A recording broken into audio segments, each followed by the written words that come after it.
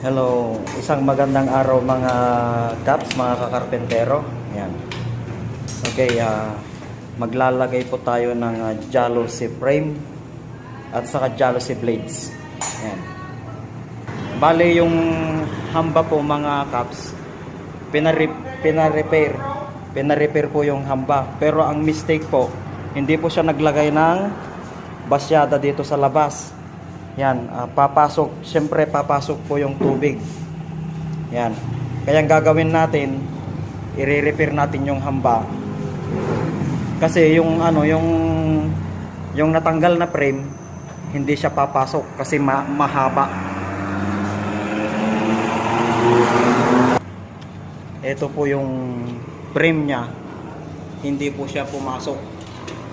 Kasi hindi po nila nilagyan ng basyada. Yan mga kaps, sa tulong ng router, yan, kakanalan natin, lalagyan natin siya ng basyada para yung tubig hindi siya papasok sa loob.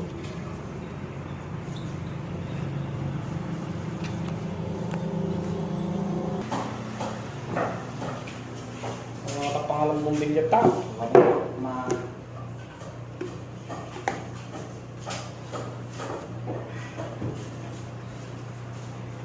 Alaga na sa bro. Masakit na.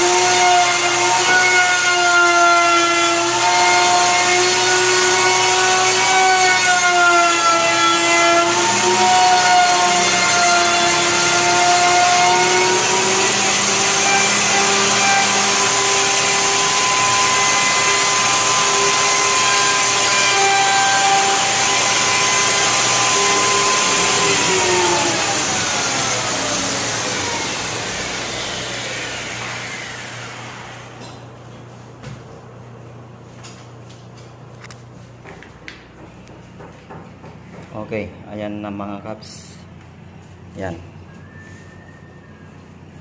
Papaitin natin yung sobra kasi hindi kaya ng router. Okay guys.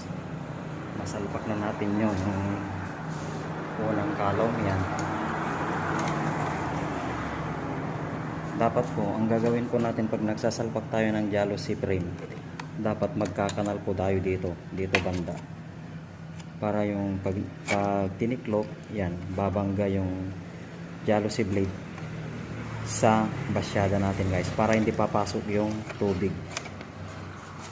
Yan, ganyan.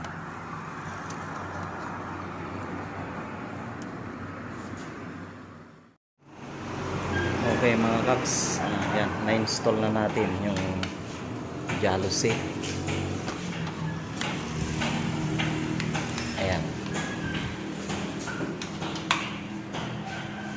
Bale, yan na po yung outcome nya guys. Ayan na. Okay na siya.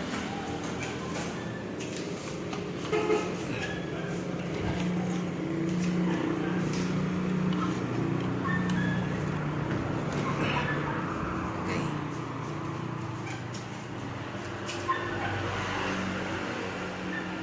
Thank you guys for watching.